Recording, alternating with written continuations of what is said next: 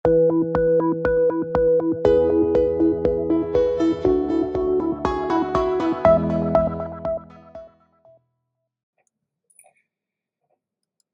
alaykum.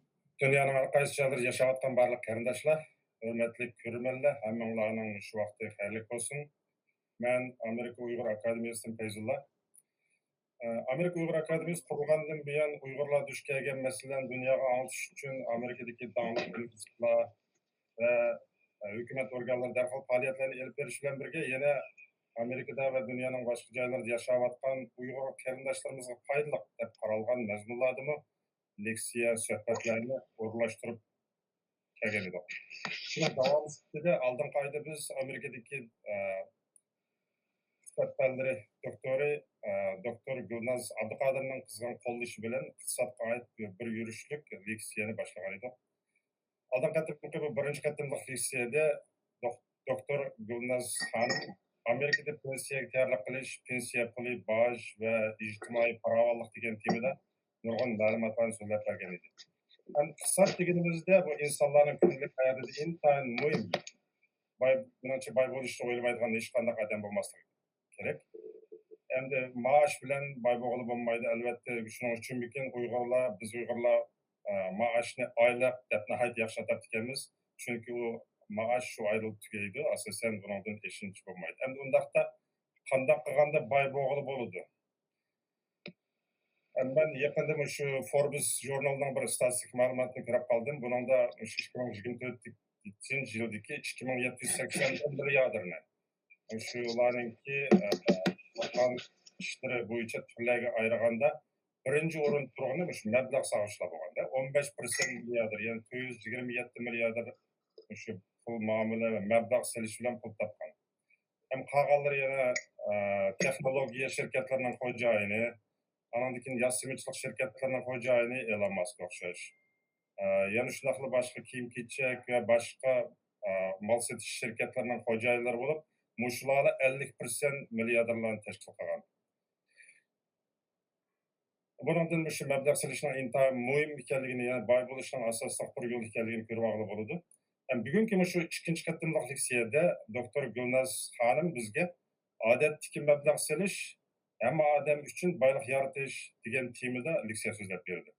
Oldingi qatimki leksiyada Uyg'ur Akademiyasining To'xtaboyev apandi leksiyasida qolgan edi, ammo vaqt intayin qisqa bo'lganligi uchun bu qatim buni men davomlashtirgan bo'lib qoldim. Endi leksiya jarayonida mumkin bo'lsa, qatnashganlar mikrofonni itiversak, leksiyamizningki ravon bo'lishi uchun aytib foydali. Yana birisi savollar bo'lsa, shu past tarafda, past o'ng tarafda xat yozish o'rniga, xat qoldirish o'rniga yozib qo'ysanglar, biz oxirida, leksiyaning oxirida savollarga javob olamiz. Tuanda men shu bugungi qimmatli mehmonimiz bo'lgan doktor Gulnaz Abduqodir xonimni qisqacha tanishtirib ketay.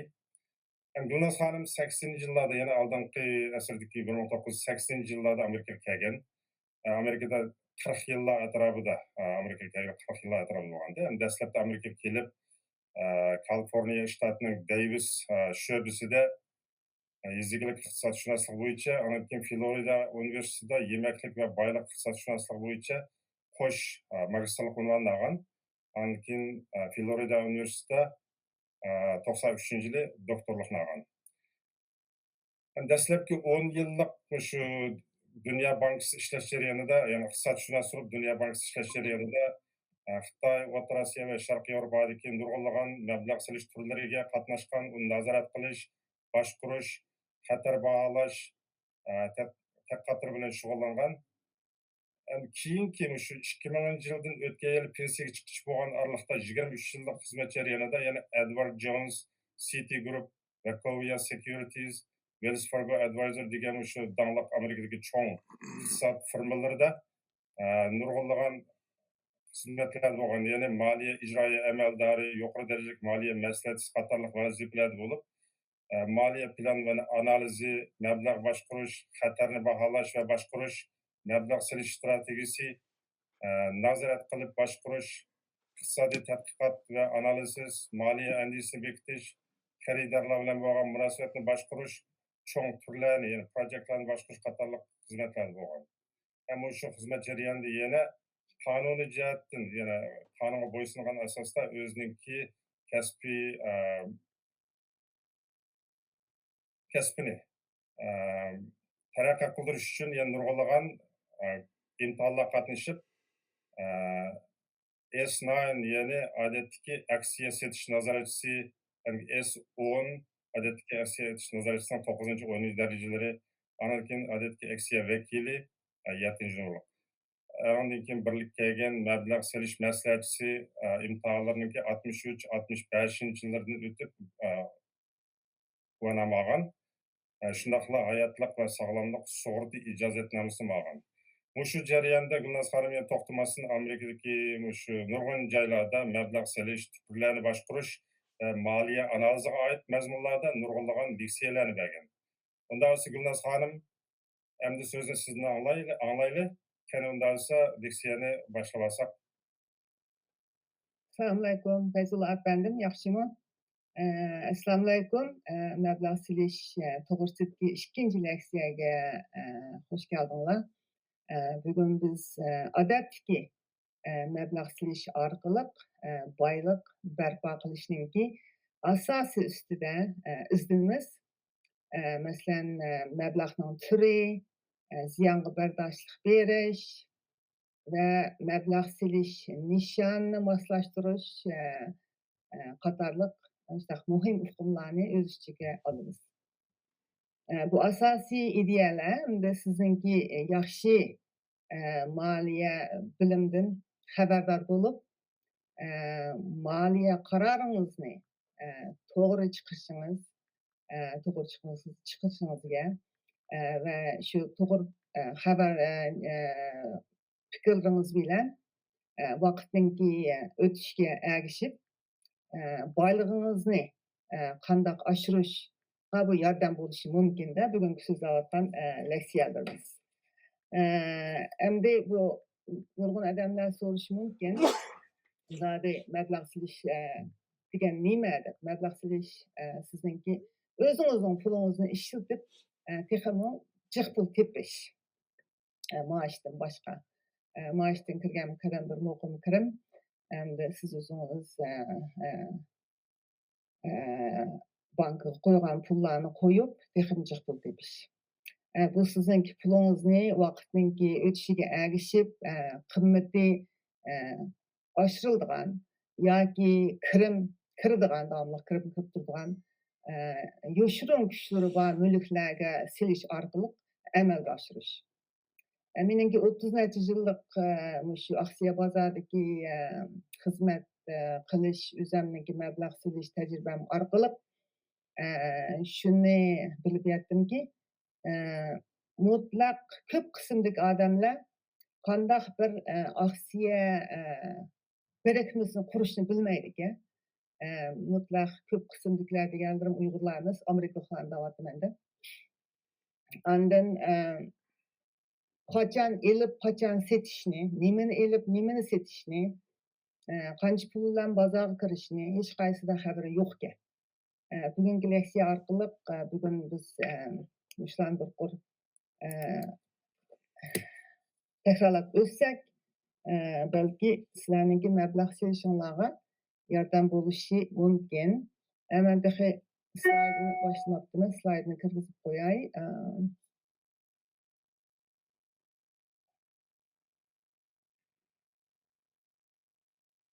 Ko'rindimi? Ha, ko'rindi. Shu bizningki ikkinchi leksiyamiz. Endi birinchi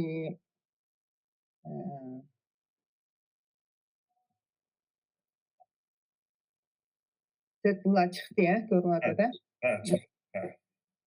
Buningda biz endi shu mulklarningki turini buni tushundirishi, xatarlik darajasi, buningki yoshirin foydasi va qanday odamlarga mos keladiganligini shu bir necha ko'p ko'rinadigan mablag' silish turlarini ko'rib o'taylik. Birinchisi eng jiq ko'rinadigan shu paychak bo'lsa, korxonalarningki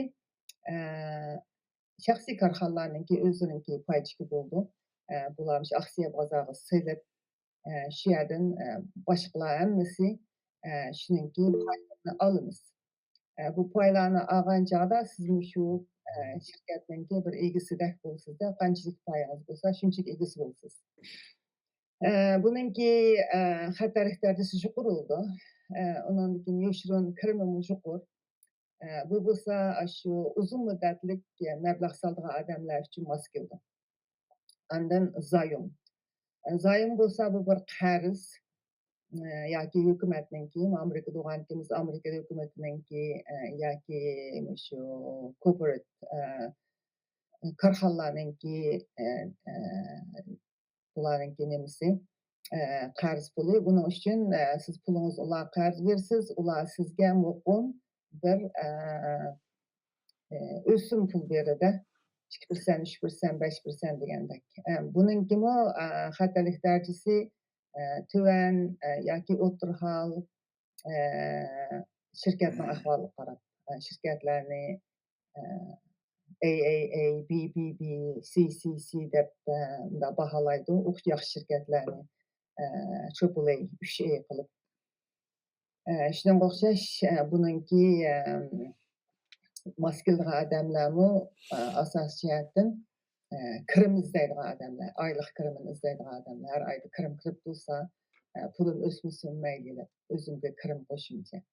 Ondan ma bolsa orta məbləğ siliş fondusu, mutual fund.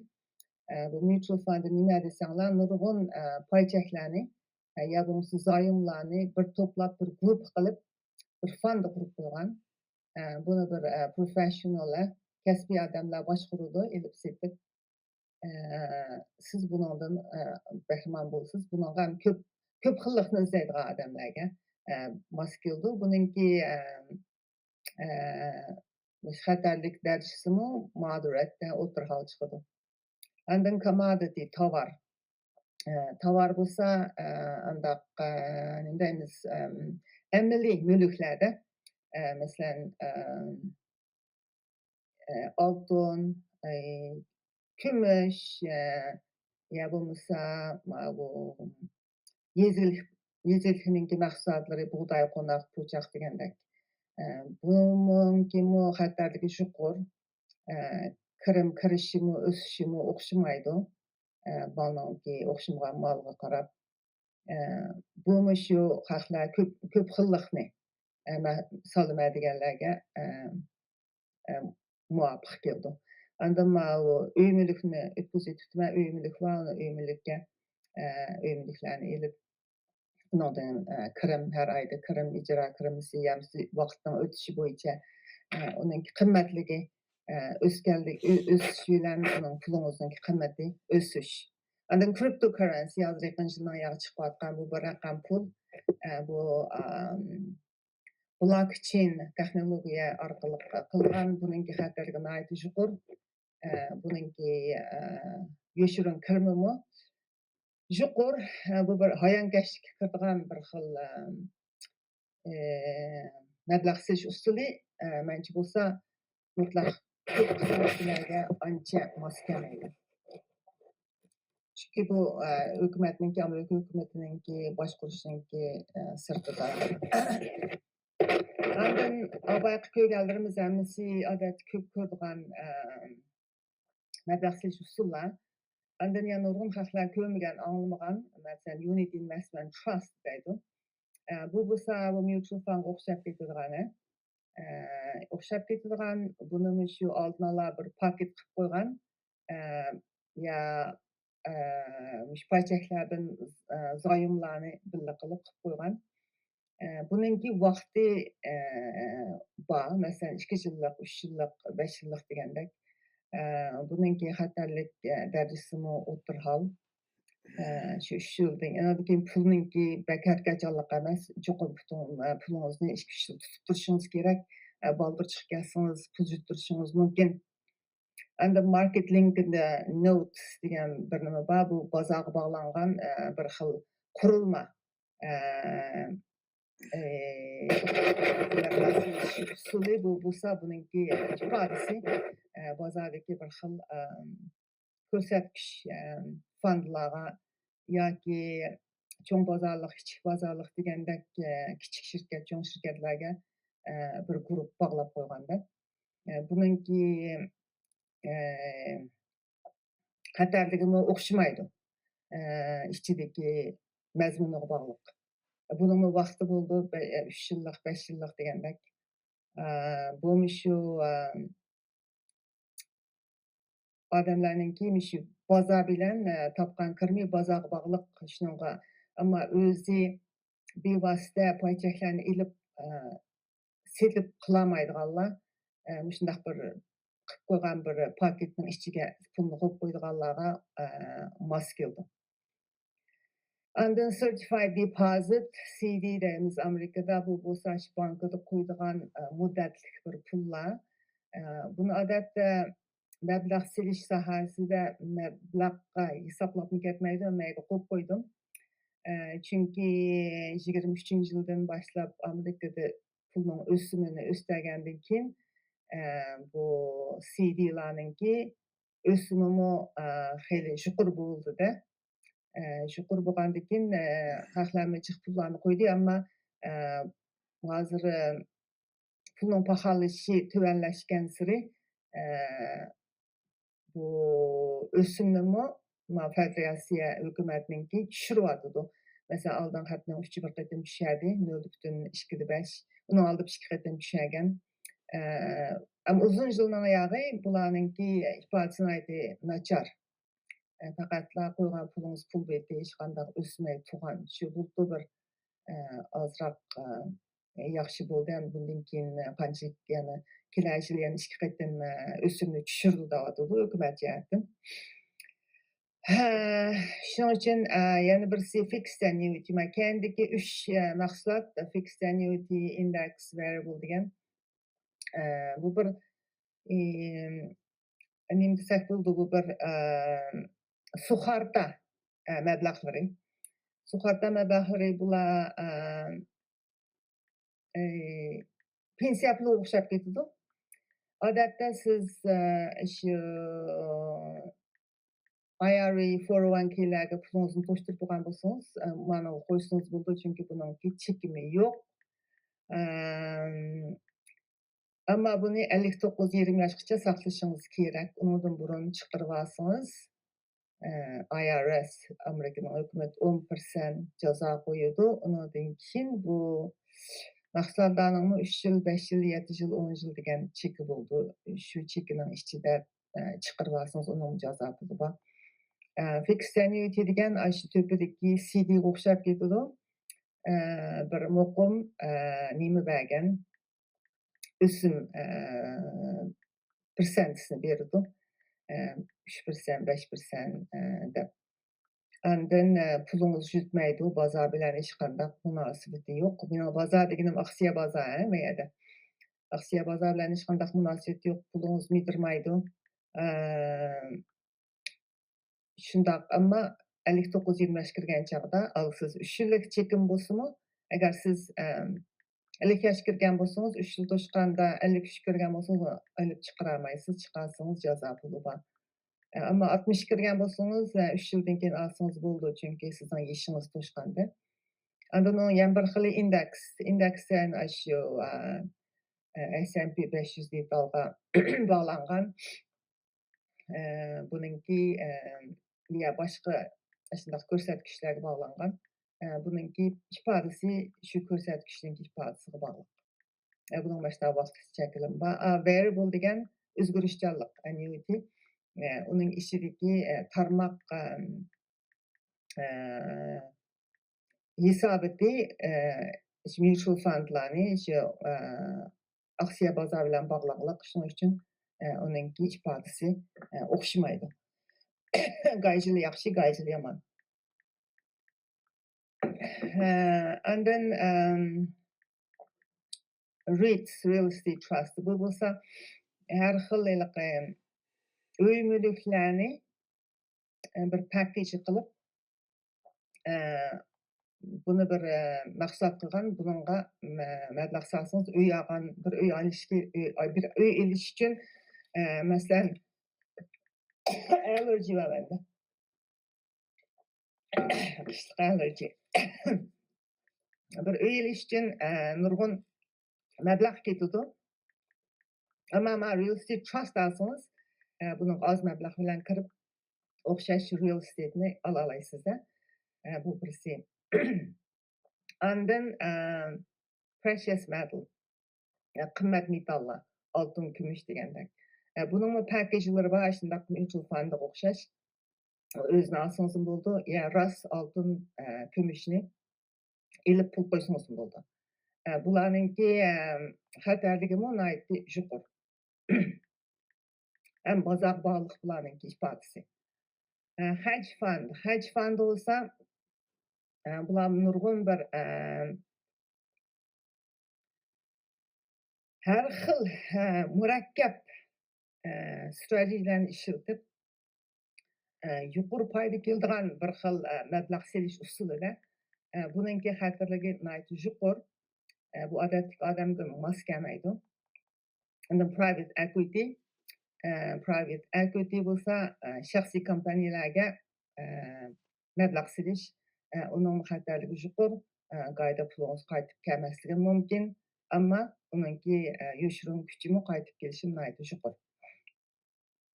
Yana birisi peer to peer lending bu bo'lsa, bu bir pul qarz beruvchilar bilan pul oluvchilarni qilgan bir tor beti, tor supsi. Shunda qarz berganlar qarz olganlardan yuqoriroq o'sim pul oladi. Shaxsiylarninki shunday o'zaro pul almashtiradigan supsi buning xatarligi yuqori bo'ldi. Undan eng oxirgisi deydiganim Treasury Inflation Protected Security. Bu shu Amerikaninki hukumatining zoyumninki pulning pahalliq bo'lishini oldini oladigan bir xil aksiya. Buningki xatarligi tuvan. Yoshirin sizga bo'lgan foydasi mo tuvan bo'ldi. Bu har xil aksiya bozorida mablag' selishning turi 100 xildanmi jixmiki shunday jix turlari bor. Menda ikki batda faqatlam odatda jiqaroq ko'rinadigan mablag'larni, haqlar jiqaroq biladigan ko'rganlarni sizlarga bir qilib tushuntirib chiqdim. Fayzulla, qandaq savollaringiz bormi? Ochiq bo'ldimi ya?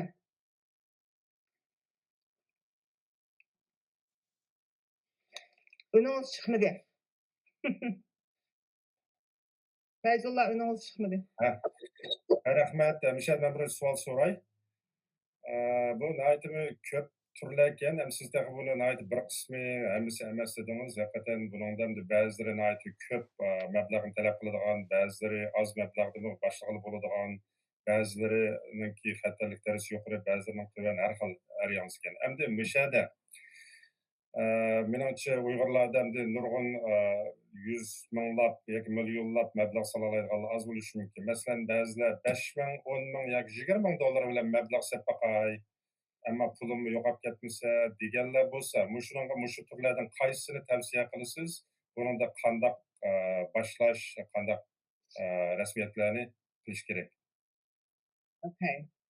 Har qanday qadam oldimga kelib ma pulni mablag' solma, mayli 5 ming bo'lon, 10 ming bo'lon, 100 ming bo'lon, 1 million bo'lon deb kelsa, birinchi so'raydigan savol, sizning nishoningiz nima? Nima qilmoqchisiz?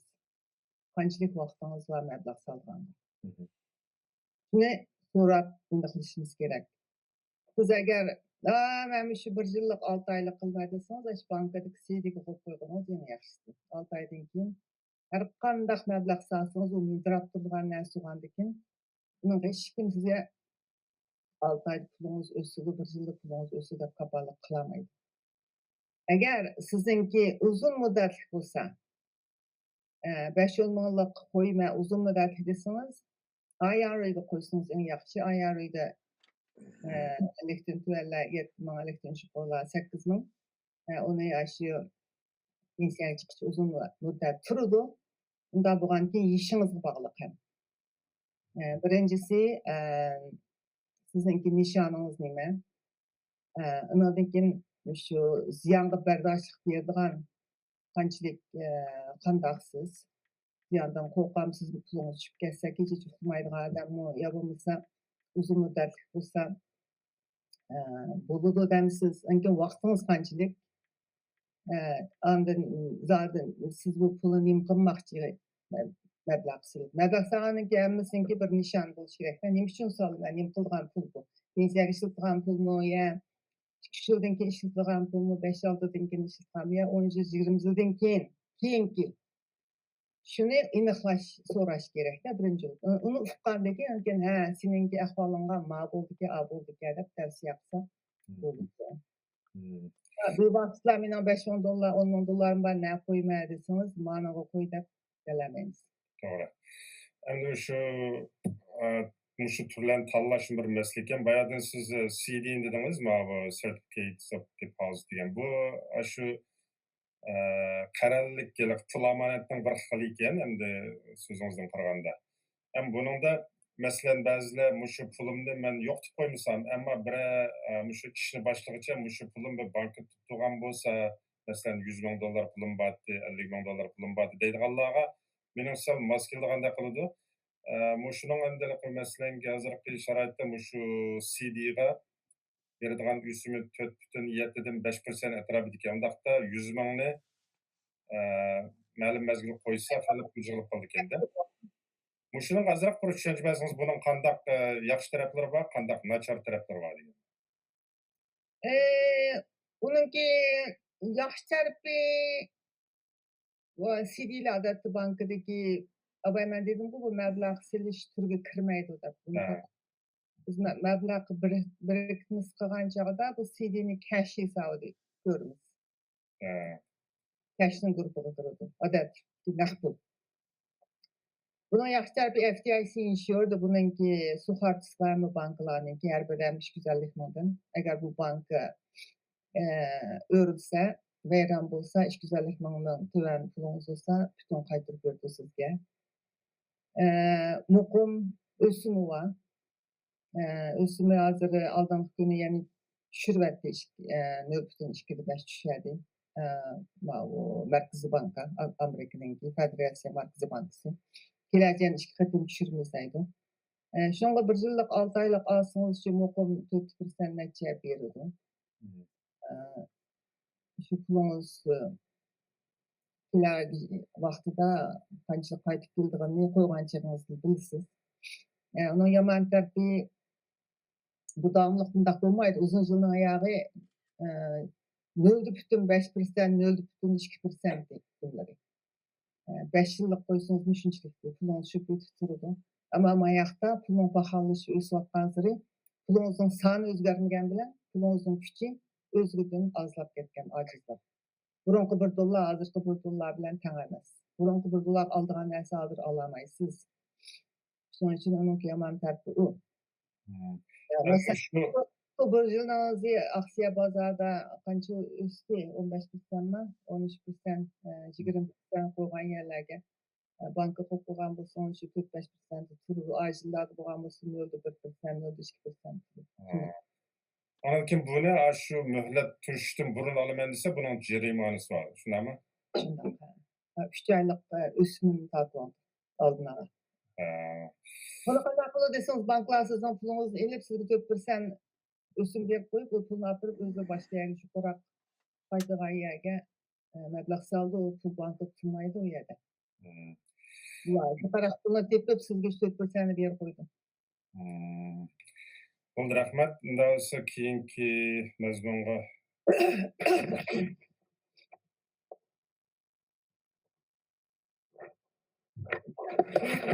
mazmun bo'lsa, endi bir qor mulkning turlarini bir qor chiqdi. Endi buni qandaq hisobot ichib qilamiz degan chog'da shu boyagi odatdagi mablag' silishda shu bosh to'laydigan hisobot bor.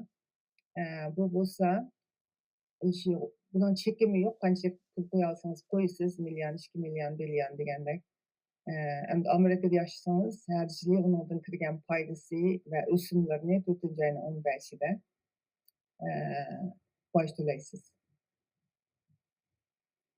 Ondan keyin bu pensiýaga puly bar, traditional IRA, Roth IRA aldankydan bir söýzläp ötüpdik. Bununki elekden töweller 7.000, elekden jukurlar 8.000, Roth traditionalki koýsaňyz şu ýylynki baýdan gaýdyra alaýsyz şu puluňyzy eger şertiniz tutsa, o şertden aldankydan söýzläp ötüpdik, bu da söýlemäýmiz. Ondan baýyny tölemäýsiz, pensiýaga çykyp puluny alýarkä.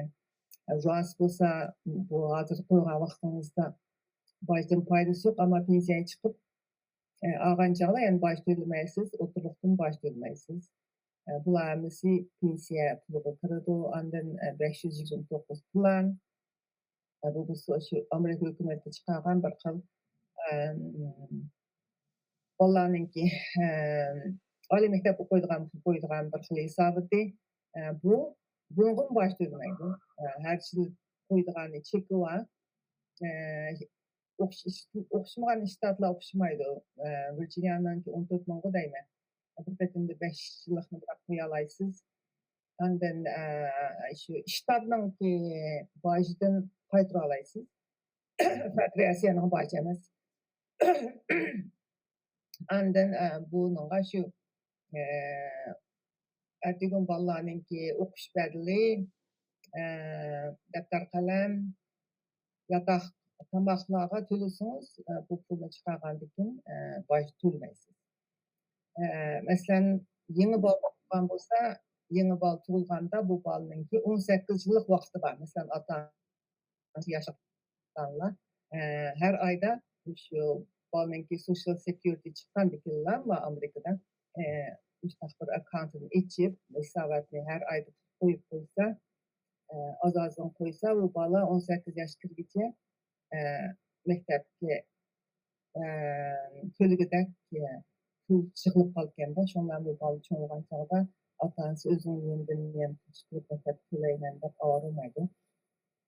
Ondan bu 529-gy kılsaňyz,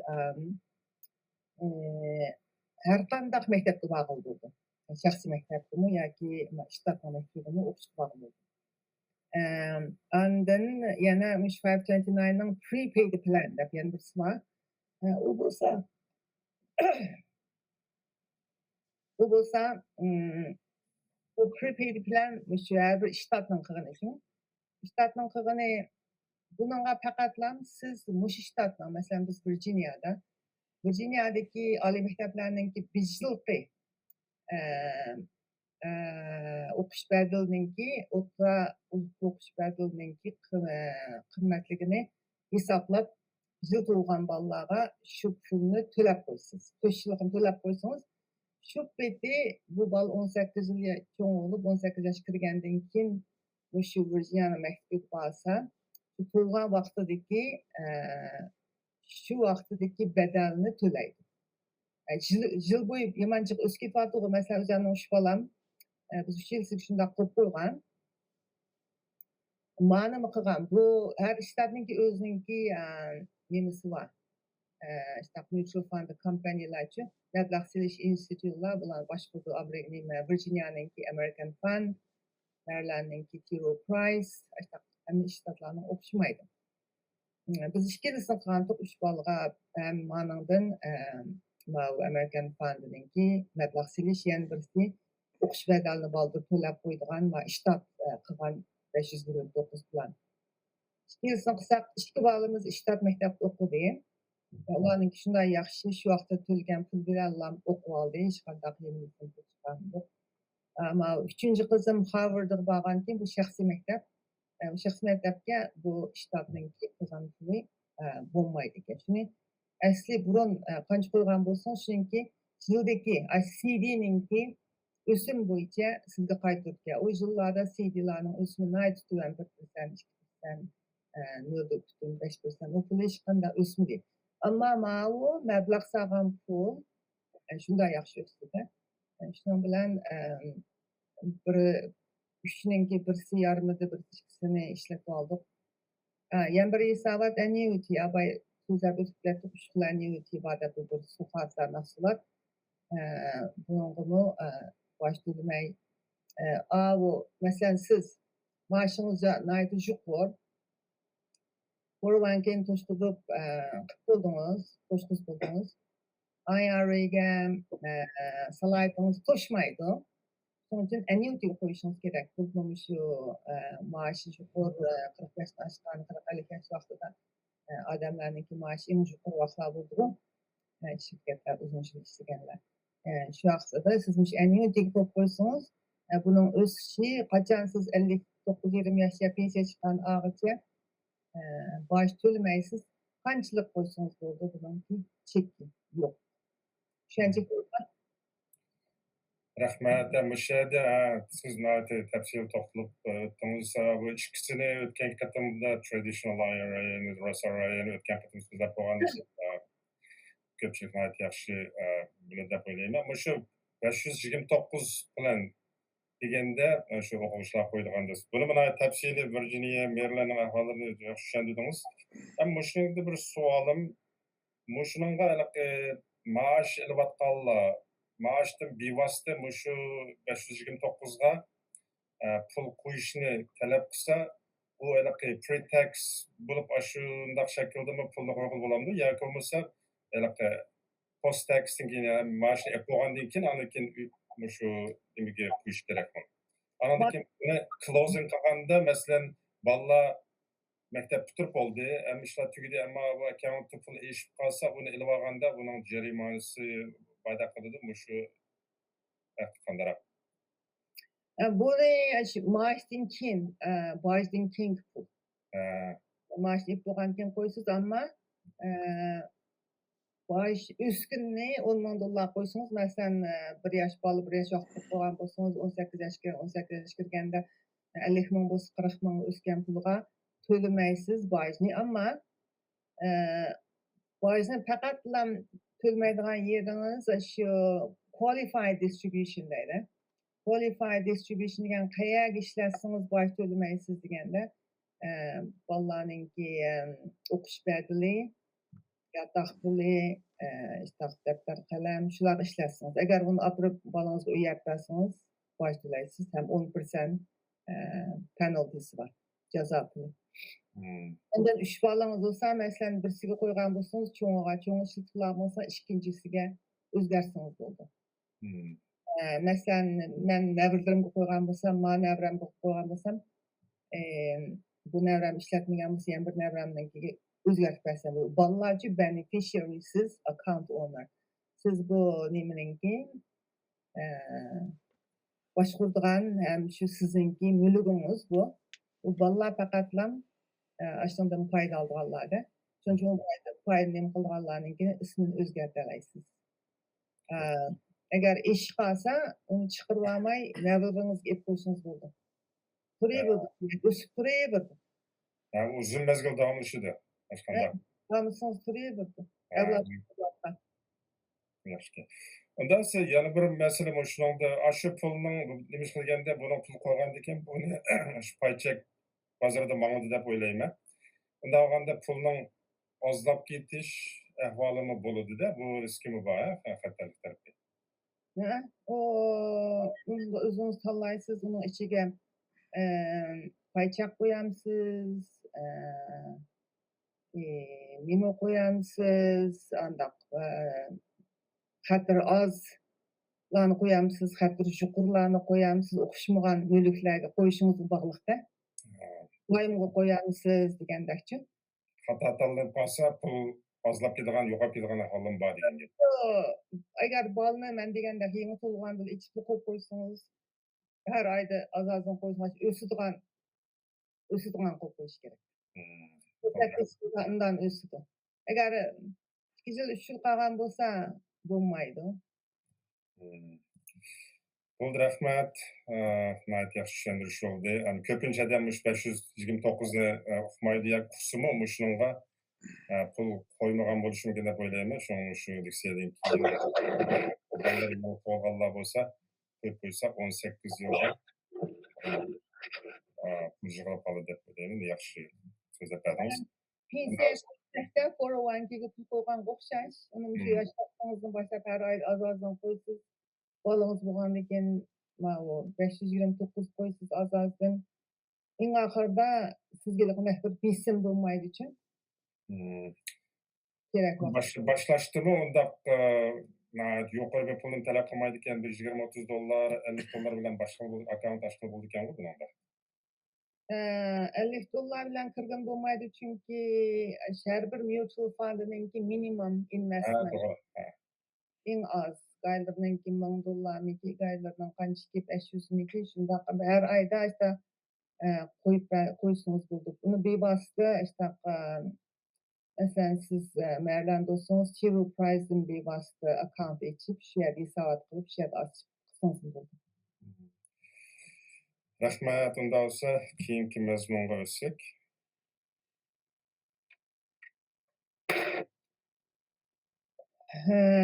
Keyingi mazmun ko'p xillashtirishning ahamiyati. Nima uchun ko'p xillashtirishimiz kerak? Masalan, siz agar bir paycheck olsangiz, bir dollar ep qo'ysangiz, agar shu shirkat vayron bo'lsa, pulingiz butunlay tugab ketadi. Shuning uchun har xilni olsangiz, bir 10-15 ni olsangiz, 3-4 vayron bo'lib ketsa, 3-4 o'smay mushtaq turib bersa, shuning ichidan bir 3-4 yaxshi o'sib bersa, sizningki juttagan pulingiz bilan bu yoqda topgan pulingiz bular nim bo'lib ketadi-da. Shu yerda tangishilib ketadi. Shuning uchun buningki muhim ahamiyati bor. Hamda izchil, uzun muddatlik mablag' solganlar uchun ko'p xillashtirish muhim.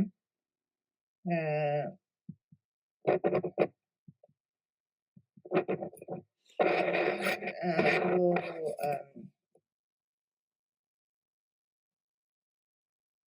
ziyonga bardoshlik berishninki muhim omillari birinchidan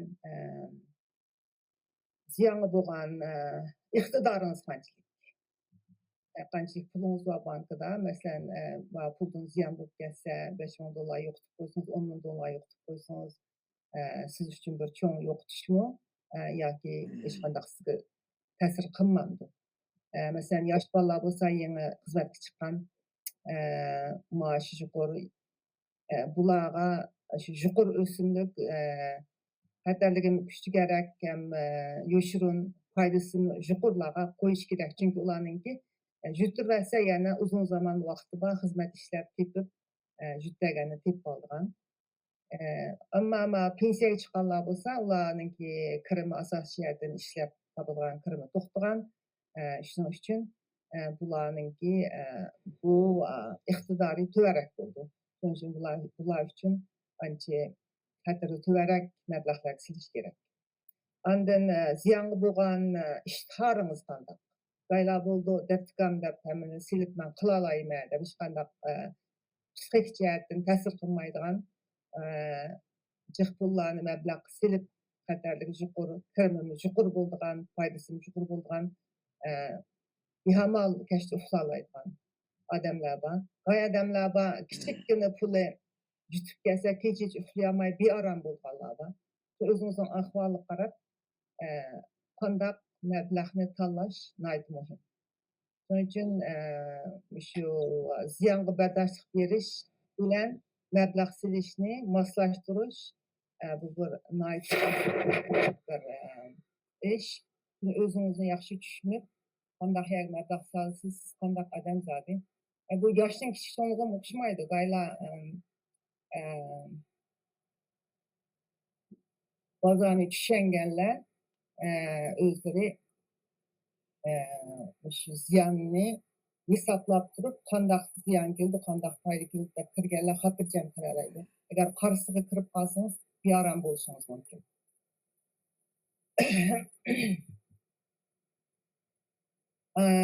Yana birisi biz qanday qilsak bu bizning mablag' silish texnikamizni köp xillaştıra alaymiz degan bir sual.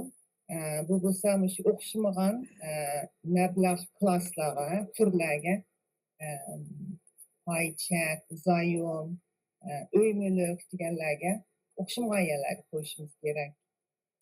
Undan keyin o'xshamagan sohalarga texnologiya, sog'lom qarash, yemak ishmak degan o'xshamagan sohalarga bir soat o'qishimizni saqlash kerak. Undan yana xalqaraga to'lish mablag' unutib qolmang, o'zingizning qo'yib. Ondan kompaniyaningki, shirkatlarningki cho'ng kichikligi tiplarini, cho'ng bozor topgan, kichik bozor topgan, o'tirhol shirkatlar degandek shularninkini aralashtirib qo'yishingiz kerak. Chunki aksiya bozor bir tuvanga tushib ketib, qaytalab chiqayotgan chog'da kichik shirkatlar tezroq o'sadi, cho'nglar sal keyinda qoldi. Shuning uchun o'xshamagan vaqtida bularning ifodasi o'xshamaydi. Shunga ahamiyat berishingiz kerak. Ondan mutual fund bilan, o'rtaq fond bilan ETFlarni o'zingizniki ko'p xillashtirish birikmangizga aralashtirishingiz muhim. Mani bir chiqarib qo'ydim. Bu shu mulklarningki, o'xshamagan mulklarningki bo'lgan foydasi. Shu rangiga xetini o'qimaysizmi, jiroq tutganlar. Shu rangiga qarasangiz, masalan, 2010-yili qizil tuganlar uy mulklardan rights, uy mulklarini paket qilgan uchun avvalgi so'zlar bitib ketdimi, bir xil mablag' silish mulki bordi. Ular uda 3 yil yaxshi bo'ldi. 2019 kelganchaqda tuvanda me'yorga tushib qoldi. 14-15-yili yaxshi bo'ldi, 16 kelganchaqda me'yorga tushib qoldi. 17-yili me'yorga tushib qoldi. 16 va 18-yili me'yorda, 19-yili 21-yili yana birinchi o'tdi. Ondan 22-yili eng tuvanda va 20-yili eng tuvanda o'tdi. Mana cho'ng bozor topgan cho'ng shirkatlarningki pulti yil hozir qadar 19-yili yaxshi o'tdi. Mana seriqlar cash yoki CD deb o'tdi bankadagi muddatli qo'yilgan pullar. Bu cashlar ana nurg'un vaqtda eng tuvanda qarang. Bu mulk silishning eng tuvanda turyapti, mana seriq turadi. Aytib turan. Shuning uchun bu o'xshamagan mablag' usullari kichik va ko'plari kichik shirkatlarningki. Mana yuqori o'sim beradigan zoyimlar. Mana xalqaroningki. Mana bu oqtugan davomli o'ttirdi turdi. Nimaki bu o'ttirdi turdi ya birinchi mayda ya eng tuvan bo'lmaydi desanglar, shu har xil ko'p xillarni aralashtirib qilgan bir mablag' silish birikmasi. Bular bozorningki eng beshi bo'lib chiqmaydi, ham eng tegidan qolmaydi, davomli o'ttirdi. Bunda yuqori chiqib tuvanga chiqish nimasi ozirg'aroq pulingizni bak chiqib, bak tushib ketmaydi. Bunda asroq mangdi, bunda o'ttirdi. Paycheck solsangiz bunda bir chiqib, bunda bir tushib ketadi-ku. Bunda asroq smooth deb qo'yamiz. Shuning uchun ko'p xillashtirishning ahamiyati o'zingizniki bu investment portfolio. Michel bir savol so'rayman. Sen ma'lumni yaxshi dedingiz. Sen shu mablag' sag'anni ko'p xillashtirish intayin muhimkan. Haqiqatan hozir aytgandimi, ba'zi kasblarningki yaxshi bo'lardi-da. Mana shu bir necha oyning avvali qarasak, Bidenning tushib ketishiga yaqinlab, yeshil energiyaga ahvollari yomonlashib, texnologiya cho'ng shirkatlarning ahvoli yaxshi bo'lardi-da. Shuningda qaysini tanlashda nimalarga diqqat qilgan yaxshi yoki bo'lmasa bir shu veb-sayt ulamda yoki maxsus analiz qiladigan bir tavsiya qilamsiz yoki qanday shaklda shuni eng yaxshini tanlag'ili bo'ladi muvaffaq yaxshi yoki üst managan bir tilni tanlag'ili bo'ladi. Tushunchaga bo'lsangiz. 250 mingdan yuqori pulingiz bo'lsa, mening qizim bilan kuyovim ikkisi oliy shu moliya maslahatchisi. Aha. Yaxshi sizga mustaq portfoliolarni qilib yaxshi qilib beradi. Undan tuyan bo'lsa, o'zingiz qilsangiz, boy dedim-ku, shu o'zingizning vaqtingizga, nishoningizga, qancha uzun vaqtingiz bor, nishoningiz qancha, boydan chiqsin to'shildi bo'lmaydi. Sizningki nishoningiz cho'qim to'shilguncha bo'ldi balki. Qancha uzun tura olasiz, ya'ni qancha pul qo'ya olasiz, shunga qarab tanlasak bo'ldi. Sen Biden'ni so'zlab qoldingiz, mablag' saquvchilarninki kayfiyati nihoyatda umid bor hozir. U kirgandan keyin cho'qim yaxshi ishlarni qildi deb. Ammo uni bir analiz qilib boqaylik hozir. Balki ko'pchilikka yaxshi nima atrof foydasi bo'lib qolar. Biden hozir deyotgan 3 xil narsa bor. Birisi Trump'ning xatolashdi. Trump'ning deyotgan hozir 3 xil proposal oldiga qo'yyotdi. Deqa ishxonaga kirmay turib, birinchi oyda kirdi, birinchi oyning oxirida. Birinchisi bojni tushirish deyotdi. Bojni tushirish, tax cut and job act. İkincisi bo'lsa tampojni bojni chiqarish. Üçüncü bo'lsa shu tuzumlarni, qoida-usullarni qoldirish. Nurg'unlarni ozitish. Bular qoldirolmaydi, ozitish. Bu uchininki o'xshamagan ta'siri bo'ldi iqtisodga. Birinchi bo'lsa hukumatning qarzi texnik yuqorilaydi. Agar bojni yana tushirsa, hukumat hozir boji Amerika hukumatining boji xeli yuqorilaydi. Ammo shirkatlarninki bojini tushirsa, shirkatlarninki yuki iyniklab, ularninki ishlab chiqarishi ko'tarildi. Trumpning da'vatini shu hozir shu. Ularning bojini iyniklasa, bular shirkatlarning ishlab chiqarishi yaxshi bo'lsa, Amerikaning iqtisodi yaxshi bo'ldi. Lekin sektor'dagi shirkatlar Amerikada qaytadan qaytib keladi. Hepsini qaytirib kelish maqsadi. Ikkinchidan bo'lsa, masalan, bu tarifni, tampojni bojni yuqori qilsa, pulning paxallanishi mumkin Amerikada. Çünkü nurgun kirgan mallar, zapchastlar, sirtdan kelgankin buni bahosi o'sib ketsa, pul paxallanishi mumkin. Bu iqtisodningki o'sishiga ta'sir etadi, cho'ng ta'sir etadi.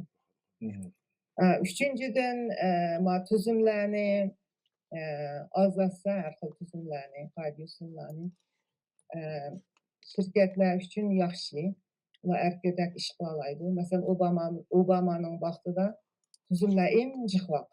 Hammaga tuzumlarni qo'yib etib, uni qilolmaysa, buni qilolmaysa degan midratda bo'lmaydigan. Bularni azalsa shirkatlar uchun yaxshi. Shuning uchun texnologiya kompaniyalar, moliya, mulozimat, farmatsevtik dorigarliklar, material sanoatlar foydalanadi bundan. Shuning uchun bu odamninki o'xshamagan siyosatlari, o'xshamagan ta'sir beradi. Qaysi chiqib iqtisodni yaxshi qilib mang'du endi qaraymizda. Mutlaq bundaq deb bo'lmaydi. Umumyüzlük aytganda, endi shu keyingi 4 yilda iqtisodning ish ahvoli bo'libmi, boshqa vaqtida siz degan bir qancha kategoriyada shu iqtisodningki shu paychaklarning ahvoli yaxshi bo'ladi, iqtisod yaxshi bo'ladi demoqchiman. Goldman Sachs, JP Morgan degan hukmatchilari hozir mo'ljallardagilar 7% o'sadi, S&P 500 deb aldayotdi. Endi ularning mo'ljallari to'g'ri chiqamdi, chiqmamdi. Allah öz bildi. Çünkü bu iktisat degen nayet murakkep. Ha, Özgürüşçülüğü her taraflardan nayet içip nurgun yerlerini biz kömügen amıllar var, bilmeydiğin amıllar var özgürüşler. Hazırcha endi bu mablag' sag'uvchilar ninki zadi kayfiyatyna aitdi umidvarlyk Trump chiqqandan yaxshi o'sdi deydi, ammo men abay analiz qilganda üç tarafninki o'xshamagan ta'siri bor. rahmat. Ondan sonra keyingisiga o'tsak. Keyingisi shu xatarlik daraja bilan sizga yoshirin qaytish yerga mablag' solgan shuni bir o'zingizniki yeshingiz qarab taqsimlashtirish, masalan 20-30 yoshga kirganlar bo'lsa asosliq pulniki o'sishiga markazlashish kerakda, paychakka pul qo'yish kerak. Hamda o'zingizniki odatda ishlatayotgan pulingiz bilan mablag' qo'ygan pulni aralashtirib olmashingiz kerak. O'zingiz odatda turmush ishlatgan pulni ayrim qo'yib, mablag' qo'ygan pulni uzun muddatlik ishlatilgan pul deb uni ayrim qo'yish kerak. 40-50 yoshga kirgan chog'da andin o'tirhol, xatarlik o'tirhol kirdigan mablag'larga asta-asta yo'tkab, undan keyin daromad beradigan REITs ömürlüklerini paket qilib qo'ygan mablag' silishlarga shularga ozroq qo'yib, cho'qim 401k pensiya pulingizni to'liq to'shqirishingiz kerak.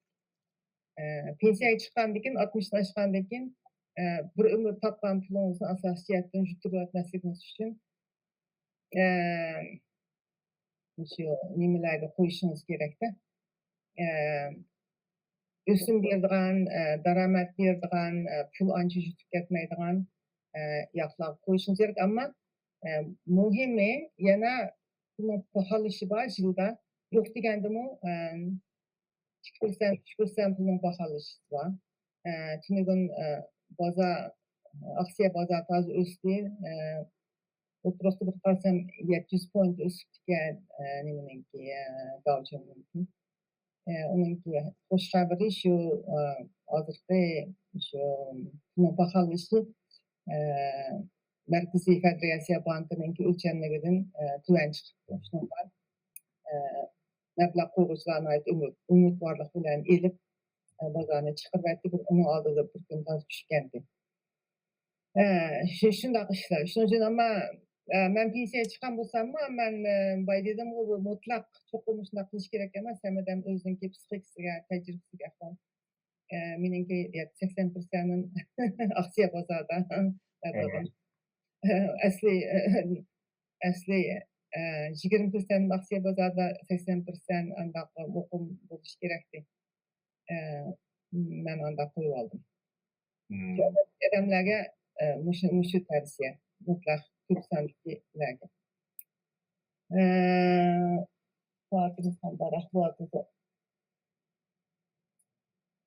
Tasavvurimizni bir soatga yaqinlab qoldik. Yana bir passiv aktiv investment deymiz. Bu passiv aktiv pul qo'yish. Buni bir ko'rib boqaylik. Buningda shu ETF bilan mutual fundini ko'rsak, ETF bo'lsa, bu bir passiv fikrdir. Bu shu paychak o'xshash. Qachon sotsangiz, bozor ochilgandan keyin shu zaman pulingizni qanchaga sotganingizni bilasiz. Mutual fund bo'lsa, buni bir kasbiy odam boshqurdi. 100 nechigan, 200 nechigan o'xshamagan fondlarning ichida paychak zoyimlar bor. Bular bo'lsa, bozor yepilgandan keyin qanchaga sotilganini bilasiz. Oxirida. Undan keyin bu mutual fundninki boshqurish puli yuqoroq bo'ldi, ETFning tuvarak bo'ldi. Mablag' solganda shuni esingizda tutsangiz bo'ldi. Undan indeks o ko'rsatkich fondlar bilan ayrim paychaklar. Bu ko'rsatkich fondlar masalan S&P 500 deb deymiz, Nasdaq, Dow Jones deganlarninki shunaqa ETF'lar va mutual fundlar va bular bo'lsa, bular passiv bozor bilan mang'udi. Individual ayrim paychaklar bo'lsa, unga siz cho'qim özüňiz ýaxşy tadqiq kılıp nimeni alyman, nimeni satdyman, kaçan alyman, kaçan satdyman dep aktivlik bilen bunu başguruşyňyz gerek. Şonuň üçin bularynky ýoşurum sizge bolgan paýdasyny aksiýa bazarynyň jukurak boldy, malarynky göstergeç fondlarynky, bazarynyky oturak boldy.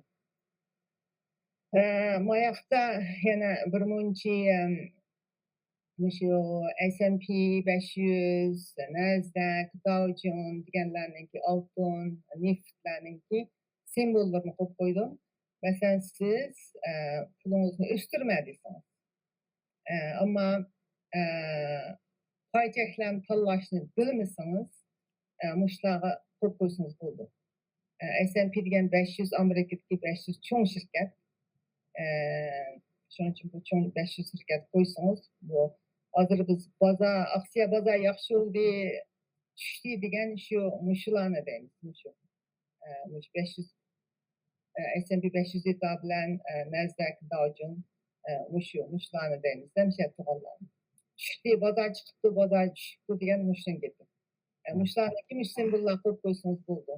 Eger ýaq men bundaq pulumnynki düşüp çykyşyny ýaxşy görmeýme, men ensireyme deseňiz, şu marketde zaýymlar goýsaňyz, zaýymlarmy düşüp çykdy. Amma dawgulyşy azrygarak boldy. Manynki de şükür emas. Şonuň üçin özüňiziň ahwalyna garap, şu eger ösüdi, pulunu östürdiň adamman, amma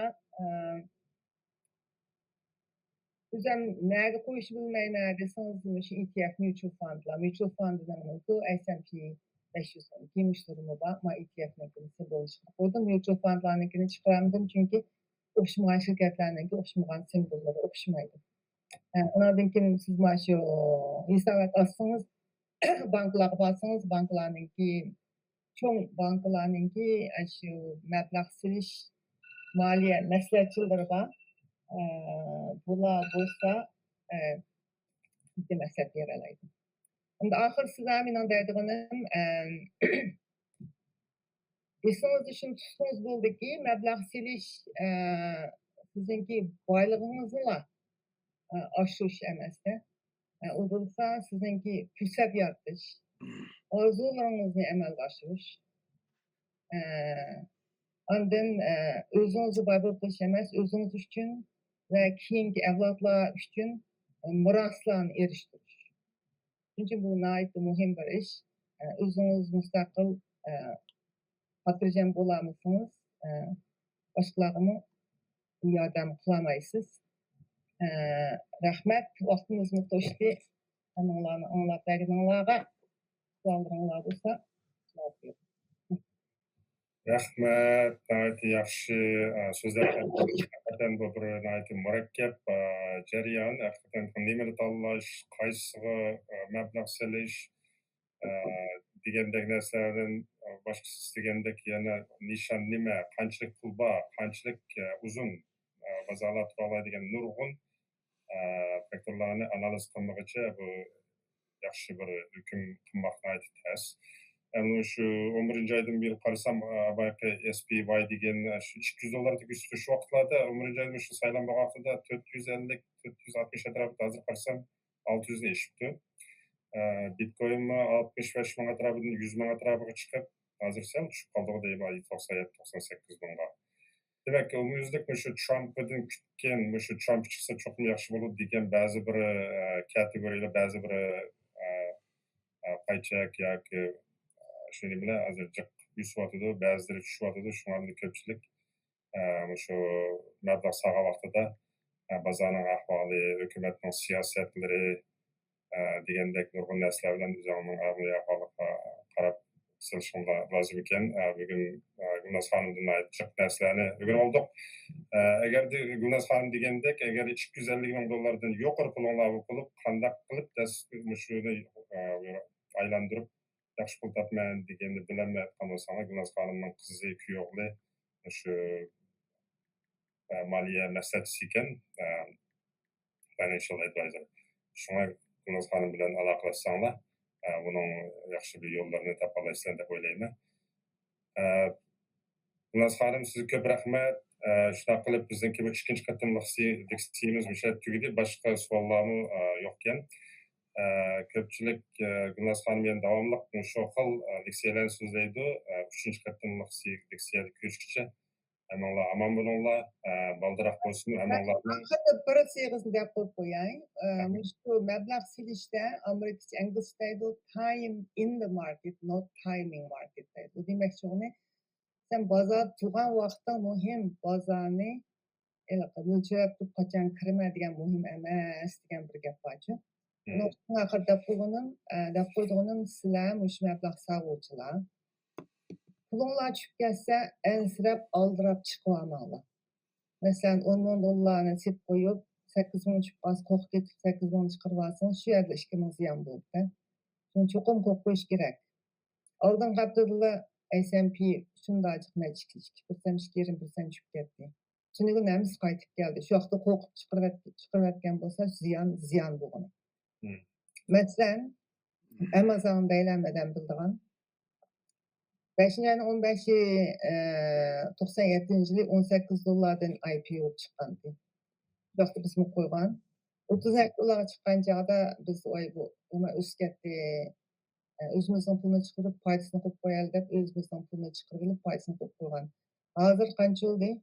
Altını qarap baksam 13 ayın 18'de 230 dolar oldu. Eğer çıkartmayan bolsak bunu aydı çık bolat da paydasını özümü heli çık koyup kaptı. Demekçi onun şu bazarda ensirmeye koyup koygan pulunlarını çüpkesini aldırmaya koyup koyuyorlar. Yıllarının ki ötüşüge erişip pul ösüdü ensirmeler. Bu startup uzun yıllardan beri yok getkini yok düşüp çıktırdı. Ama belki gaycılarda netice düşüşü mümkün. 2008'de okşaş. 2009 okşaş. Ama yani kaytıp geldi. Şuna sözünüzden bir narsa eslep kaldım. 3. ayının 19'u 2020 yılı Covid Amerika'da baykaldı diyen günü payçak bazarı dehşet bir düşken gün bolgan. Şu çağda meselen Royal Caribbean digenler 19 dolara uçup ketken. Hazır 250'den eşip ketipdi. Bu şu okşaş nurgun şirketlerin şu vaqtda düşken meselen Boeing'in ait uçup ketken, Bank of America memnun 120 dolara düşüp ketken. Hazır hemmisine ait yukarı verilip çıkıptı.